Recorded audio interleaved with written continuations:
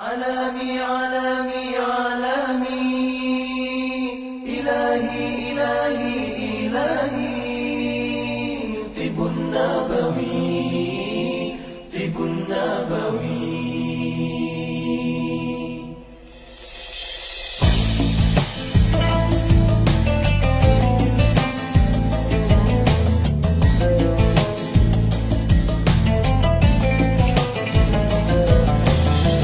Hadirlah sebuah rasa dari keinsafan dosa, langit pun terbuka, bintang bertaburan, indahnya indahnya tawakal. Ud'uni astajib lakum.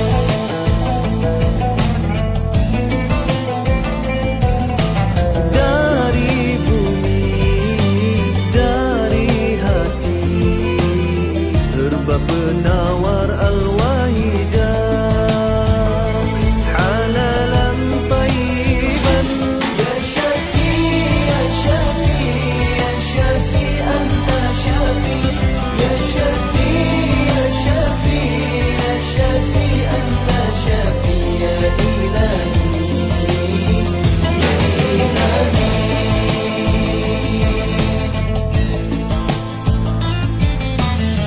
Meratalah doa di langit luas,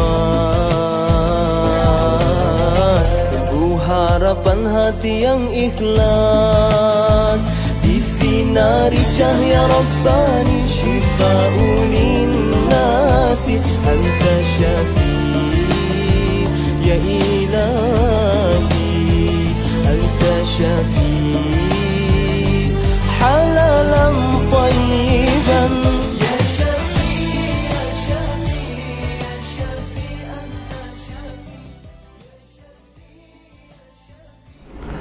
Assalamualaikum warahmatullahi wabarakatuh. Alhamdulillahirabbil alamin wassalatu wassalamu ala asyrafil anbiya'i wal mursalin sayyidina Muhammad wa ala alihi wa sahbihi ajmain.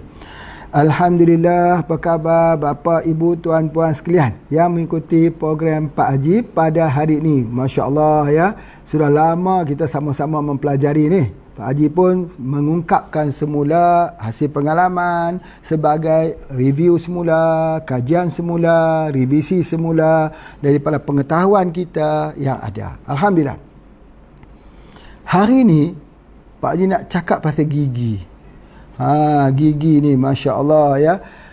Ada orang banyak sekali bertanya tentang sakit gigi, gigi berlubang, gigi longgar, nak putihkan gigi, macam-macam cerita. Nanti dulu, sebelum kita bercakap tentang itu, Pak Haji nak cerita dulu pasal gigi ibu menjadi goyang, menjadi tercabut kerana anak yang dikandungnya.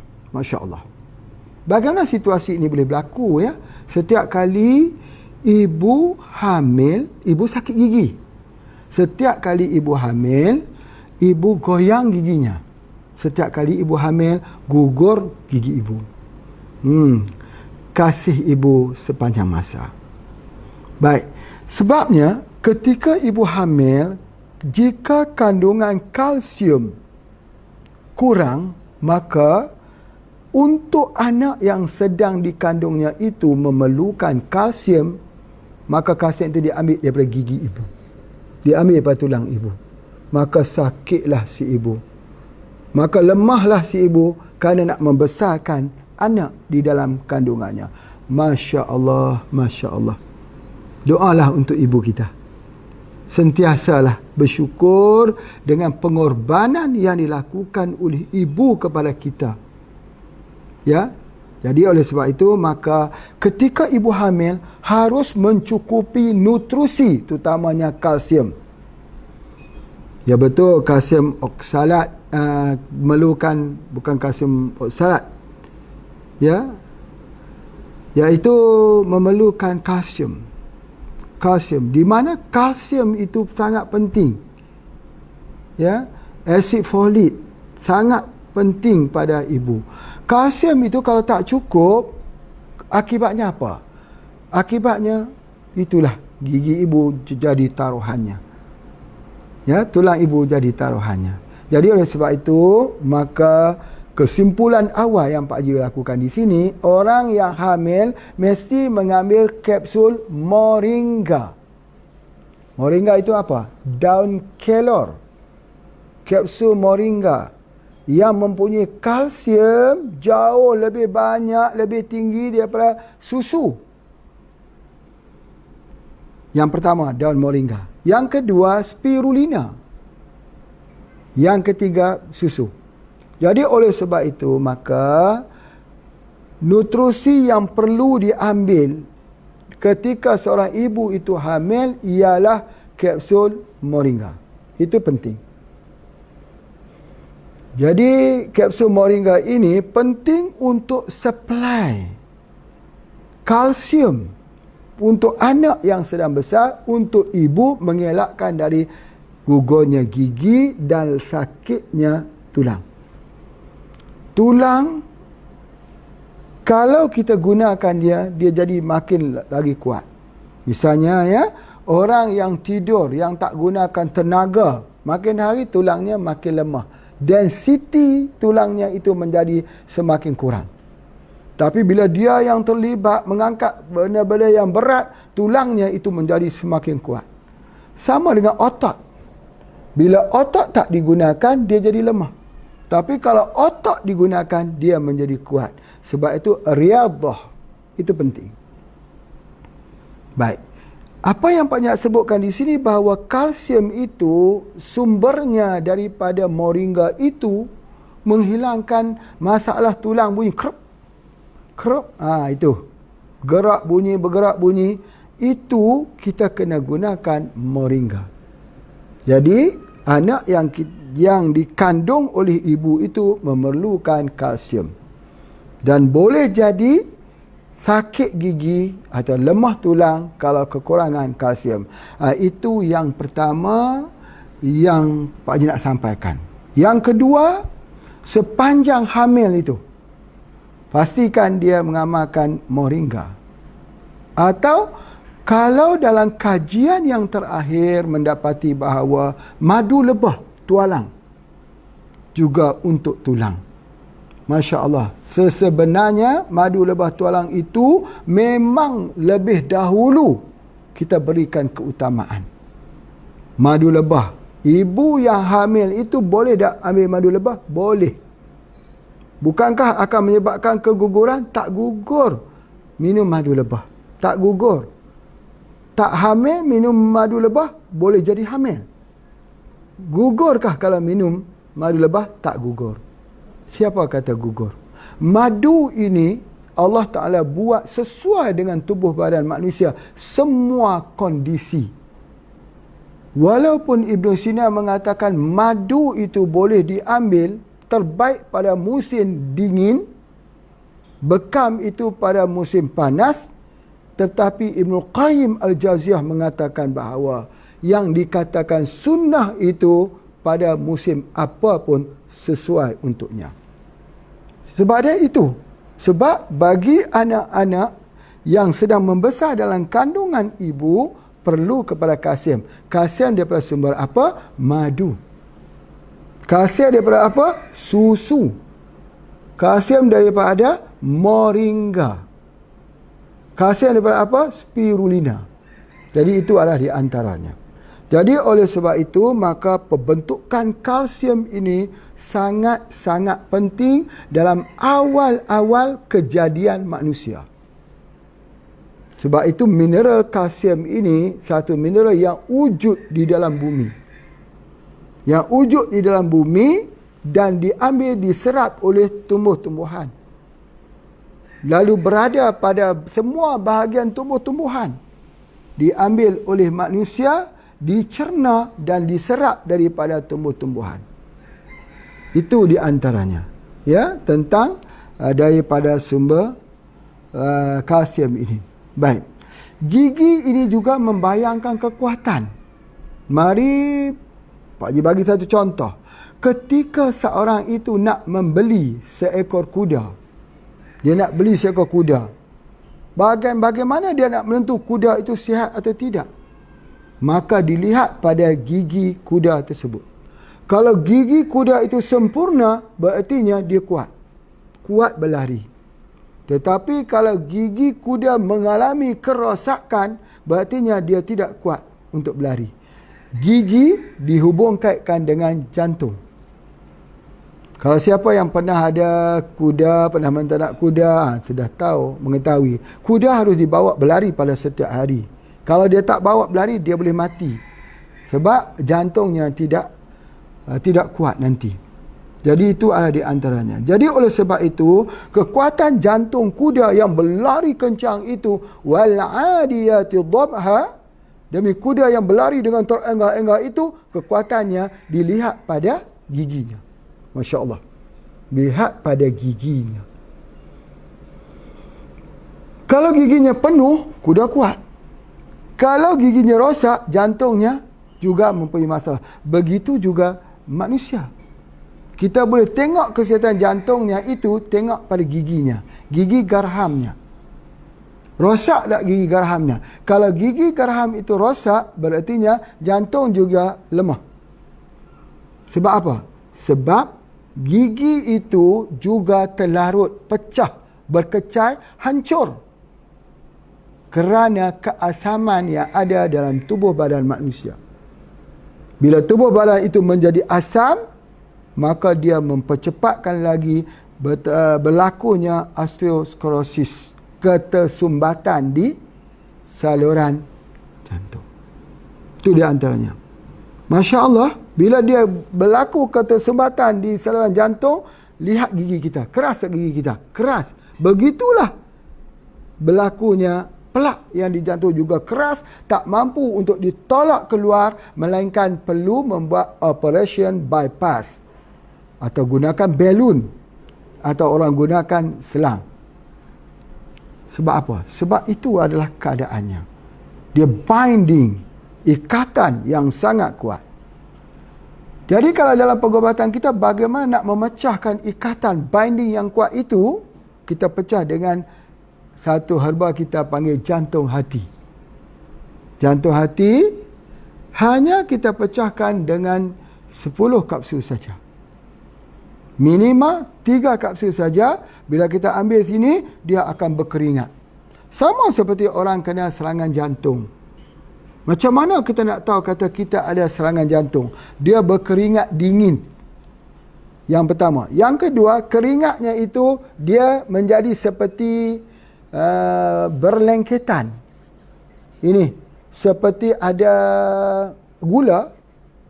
Dia apa dalam bahasa kita sebut apa? Dia berlengketan lah. Lengket ataupun dia jadi macam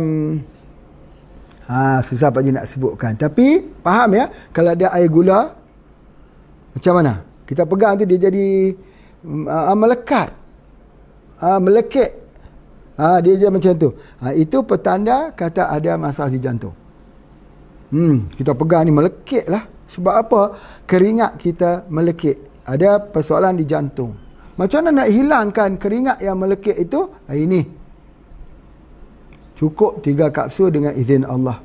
Selepas ambilnya, ambil dengan minyak zaitun untuk flush.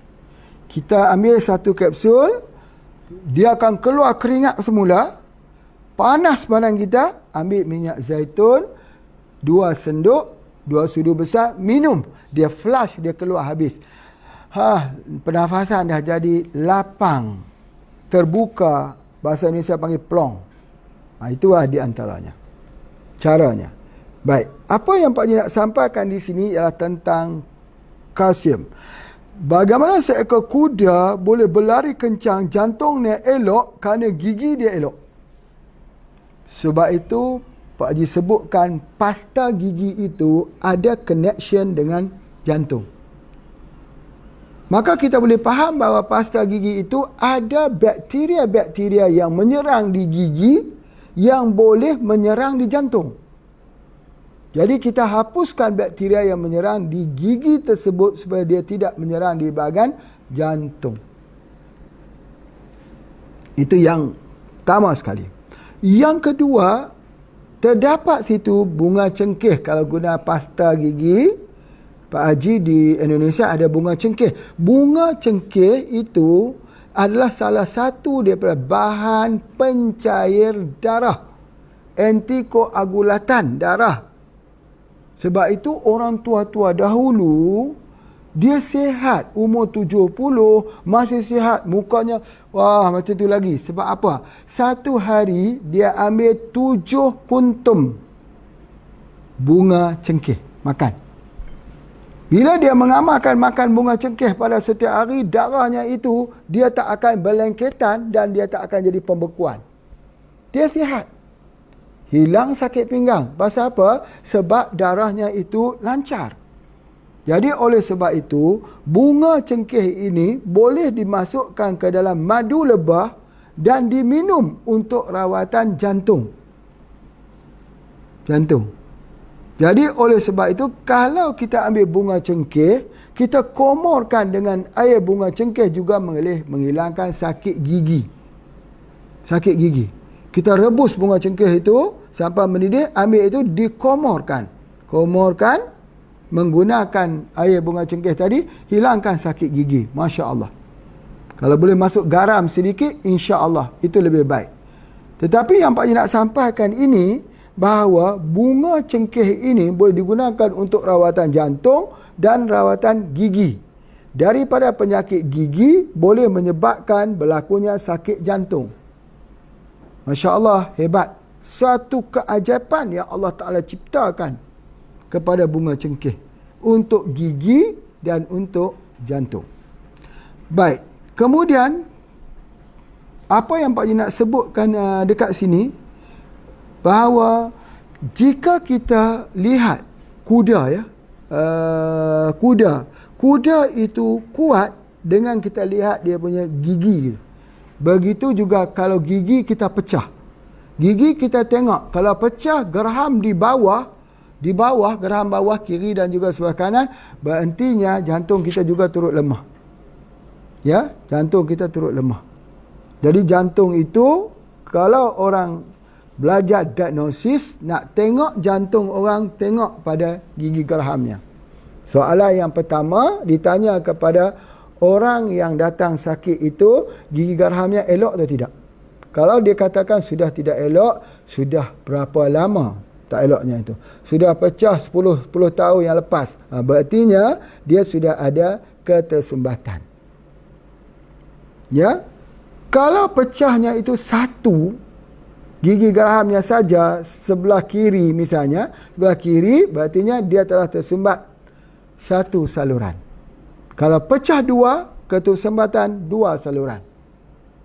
Kalau sudah hancur gigi geraham atas dan juga bawah, keempat-empat saluran itu telah tertutup. Jadi oleh sebab itu, maka kita boleh menentukan sama ada seseorang itu salurannya yang tertutup itu sudah berapa dengan melihat kerosakan di gigi. Masya Allah. Tetapi rosaknya seperti apa? Itu yang harus kita lihat. Jadi oleh sebab itu, maka mereka yang belajar ilmu diagnosis, pertanyaan untuk mencari petunjuk tentang kesihatan jantung, maka dia akan tanya tentang gigi. Baik. Bagaimana kalau seorang itu pula sakit gigi sentiasa? Apa penyebab sakit gigi sentiasa? Sakit gigi ini, bila dia mengatakan sakit gigi, namanya peradangan, yakni panas. Kepanasan yang tinggi di dalam tubuh badannya itu menyebabkan radang. Maka radang ini kita perlu untuk mendinginkannya, dan salah satu herba untuk mendinginkan radang pada gigi ialah Endographis paniculata. Apa tu Endographis paniculata? Iaitu pokok sambiloto ataupun pokok cerita hempedu bumi. Bagaimana? Cara dia, ambil daun 2-3 helai, diseduh ke dalam air panas dan diminum. Maka sakit gigi akan sembuh dengan izin Allah. Jadi sudah ada dua kaedah. Satu guna cengkeh, satu menggunakan daripada pokok sambiloto. Yang ketiganya, cengkeh dimasukkan ke dalam minyak zaitun ataupun biar dia rendaman bercengkeh dalam minyak zaitun tersebut, itu boleh juga digunakan untuk ubat sakit gigi. Boleh digunakan, ditetes sebagai ubat sakit gigi. Ataupun boleh juga kita menggunakan cengkeh yang dimasuk ke dalam madu lebah. Madu lebah. Dan kita minum sentiasa. Yang ini sakit gigi yang ada connection dengan jantung. Yang ada hubungan dengan jantung. Jadi oleh sebab itu, kalau orang tu pula mengatakan dia sudah tidak ada masalah dengan sakit gigi, tapi dia sakit jantung, maka kaedah yang sama, cengkeh harus dicampur dengan madu lebah. Kalau cengkeh campur dengan minyak zaitun, boleh tak untuk sakit jantung? Boleh. Jadi ada dua cara di sini, cengkeh campur dengan zaitun, cengkeh campur dengan madu lebah untuk sakit jantung. Itu adalah antara yang kita nak cuba kita applykan. Jadi dalam kapsul kita ada kapsul namanya IMT. Kapsul IMT itu daripada Sambiloto, Endographis feniculata, khusus anti radang. Jadi orang yang sakit gigi diberikan dengan kapsul IMT. Ya. Jadi kalau kita gunakan itu, Masya Allah, cepat radangnya itu hilang. Sebagainya. Dan kita juga boleh menggunakan, dengan herba-herba yang lain, khususnya untuk menghilangkan sakit gigi ini. Di antaranya yang boleh kita gunakan, iaitu dengan menggunakan daripada bunga, selain pada bunga cengkeh, kita gunakan minyak Sahara. Minyak Sahara ini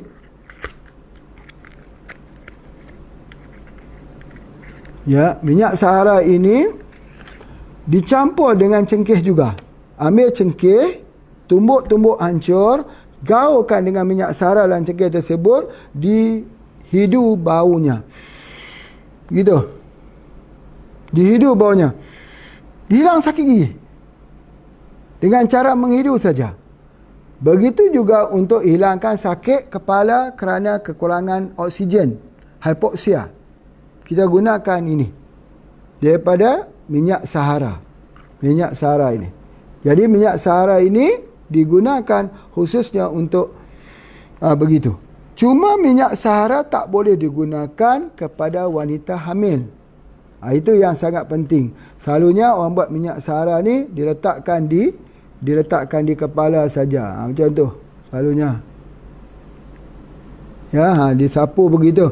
Atau begitu.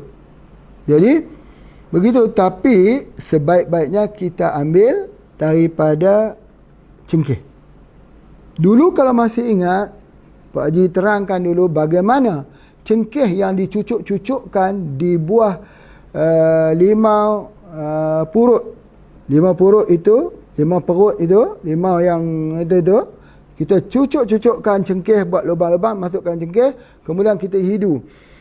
Dia untuk ubat tidur, insomnia, dan juga untuk menghilangkan sakit gigi. Sangat baik. Ubat demam. Anak-anak suka sebab wangi. Sedut. Ya, relax. Boleh tertidur dan hilangkan sakit gigi. Itu juga boleh digunakan pengkaedah yang tersebut. Jadi kita boleh gunakan. Baik, Alhamdulillah. Namun begitu, ada satu hal lagi yang Pak Haji nak sebutkan dekat sini. Okey. Gigi kita. Kadang-kadang gigi kita ini ada tampalan gigi.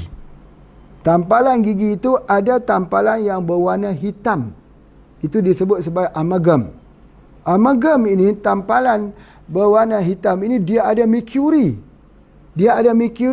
Jadi, kalau gigi yang ada tampalan hitam tersebut, tiba-tiba kita ambil jeruk, air limau, air jeruk, atau air limau nipis, kita minum, lemon, dia akan kena tampalan tersebut dan meruap. Merkuri daripada amalgam tampalan gigi hitam itu akan meruak dan akan pergi di bahagian kepala. Bila dia pergi ke bahagian kepala, dia mengganggu hormon dan dia sakit kepala. Gangguan hormon ini boleh menyebabkan berlakunya halusinasi. Berlakunya halusinasi ini berartinya dia dengar bunyi yang aneh-aneh. Kalau biasanya, Pak Haji kalau jumpa orang mengadu saya ni dengar bunyi yang aneh-aneh, maka soalan pertama yang akan kita tanya kepadanya, ada tak gigi tampalan gigi yang berwarna hitam yang dah pecah? Dia kata ada. Suka tak minum air daripada jeruk, air limau? Suka, dia kata. Fresh orange dia suka. Air jeruk nipis dia suka. Oh subhanallah. Menandakan bahawa merkuri telah dibebaskan daripada amalgam. Jadi bila dia terlekat di bahagian otak ini, dia akan jadi paling teruk pikun. Lupa. Dia akan lupa. Dia mula lupa. Yang kedua, dia akan jadi mimpi-mimpi yang menakutkan. Yang ketiga, dia jadi halusinasi. Itu ada daripada apa? Daripada merkuri, daripada amalgam, tampalan gigi hitam yang digunakan. Itu zaman dahulu banyak sekali yang menggunakan amalgam. Jadi apabila ada amalgam ini, dia mempengaruhi banyak sebab. Boleh jadi infertility, boleh jadi tak subur. Ya, susah untuk dapat surat keturunan. Boleh jadi berlaku imbalance hormon, kanser, iaitu hormon related, kanser yang ada hubungan dengan hormon, dan dia boleh jadi masalah sakit di sendi-sendi tulang. Sebab apa? Sebab kadar merkuri yang tinggi yang terdapat dalam amalgam dalam tampalan gigi itu telah pecah dan telah meruak akibat daripada asam yang kita ambil daripada jeruk dan sebagainya. Jadi oleh sebab itu hati-hati. Hati-hati. Kalau kita suka minum sesuatu, macam jeruk ke air yang air limau dan sebagainya, kalau ada tampalan, sangat bahaya. Kalau masih ingat lagi ketika kuliah Pak Haji dahulu, ketika seorang itu pergi makan seafood di pantai, tiba-tiba dia makan seafood dekat pantai, di dalam dalam kerang itu terdapat merkuri sebab duduk di tepi laut. Boleh jadi ada pelambam, boleh jadi ada arsenik, tapi yang banyaknya ialah pelambam daripada tumpahan daripada minyak. Ya, jadi oleh sebab itu pelambam-pelambam ini ada di dalam kerang tersebut. Bila kita makan kerang tersebut, pulang ke rumah nanti badannya lebam-lebam. Dia akan pergi ke liver. Dia akan menyebabkan lebam, kemudian pecah. Lebam itu berarti dia pecah darah. Dan akhirnya dia mati. Meninggal. Banyak sekali kasus-kasus meninggal selepas makan makanan seafood. Sebab apa? Sebenarnya, bila dia ambil saja bentuk heavy metal, logam berat di dalam seafood ini, dia tidak begitu bahaya. Dia belum lagi ketak bahaya. Sebab tu ada teman-teman yang juga makan bersama dengannya, tidak meninggal. Tapi yang meninggal dia seorang saja. Kenapa? Sebab mereka tak minum air jeruk. Mereka tak minum fresh orange. Mereka tak minum air air jeruk lah. Mereka minum air lain. Bila mereka tak minum air jeruk, maka pelambam ataupun heavy metal yang ada dalam tubuh badan mereka itu tidak bereaksi. Mereka selamat. Selamat.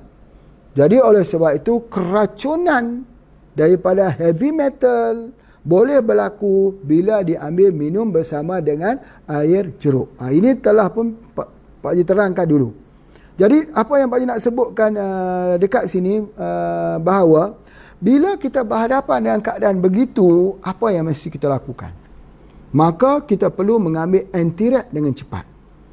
Antiret dengan cepat. Kerana antiret itu dia akan mengikat, dia akan bind semua heavy metal tersebut dan dikeluarkan. Dan insya-Allah orang itu selamat.